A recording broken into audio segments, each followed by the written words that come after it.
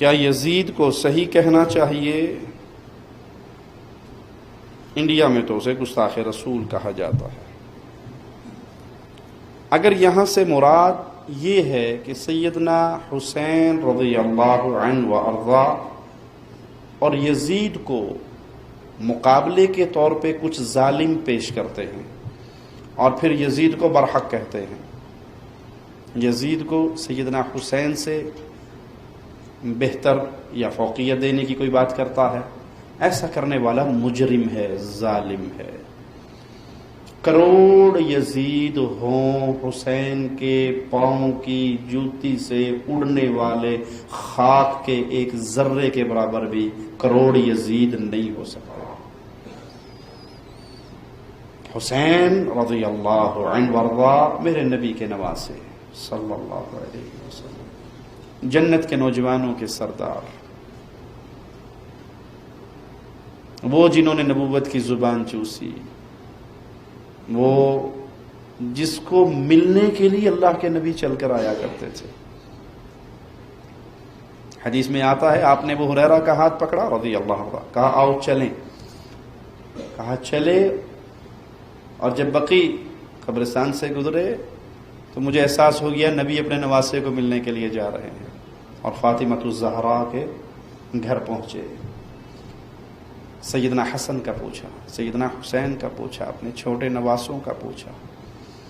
اتنی دیر میں واپس آ گئے، وہ تیار نہیں تھے، سیدہ نے ان کو نہلا دہلا کر تیار کر کے سرداروں کو بھیجا۔ پیارے نبی صلی اللہ علیہ وسلم مسجد میں ہیں، سیدنا حسن دور سے دوڑتے آ رہے ہیں، پیارے نبی نے ان کو دیکھا اور اپنی باہیں کھول دی۔ حسن دوڑتے ہوئے آئے اور پیارے نبی صلی اللہ علیہ وسلم کے سینے مبارک سے چپک گئے، آپ اپنے نواسے کو چومنے لگ گئے۔ یہ آپ کا پیار تھا حسن کے ساتھ، یہی پیار تھا حسین کے ساتھ رضی اللہ عنہما۔ یزید کا مقابلہ سیدنا حسین سے کرنا ظلم ہے، جرم ہے، اس کے دل میں اہل بیت کی قدر نہیں ہے جو یہ جرم کرتا ہے۔ نہ یزید کی ماں حسین کی ماں کے مقابلے پر آ سکتی ہے، نہ یزید کے بابا حسین کے بابا کی شان پا سکتے ہیں، نہ یزید کے نانا حسین کے نانے کے برابر ہو سکتے ہیں، نہ یزید کی نانی حسین کی نانی کے برابر ہو سکتی ہے۔ ہاں، یزید کو کچھ لوگ کافر، ظالم، فاجر اور دنیا جہان کی گالیاں دیتے ہیں، اس کو کافر کہتے ہیں۔ یزید کو کافر کہنا جائز نہیں ہے۔ کیوں؟ صحابہ کی ایک بہت بڑی جماعت نے اس کے ہاتھ پہ بیعت کی ہے۔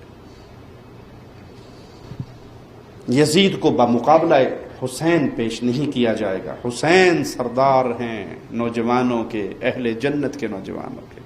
حسین وہ ہیں جو مصطفیٰ کے کندھے پہ سواری کیا کرتے تھے، حسین وہ ہیں جو مصطفیٰ کی پشت پہ سواری کیا کرتے تھے، حسین وہ ہیں جن کے رونے سے نبی پریشان ہوا کرتے تھے رضی اللہ عنہ وارضا۔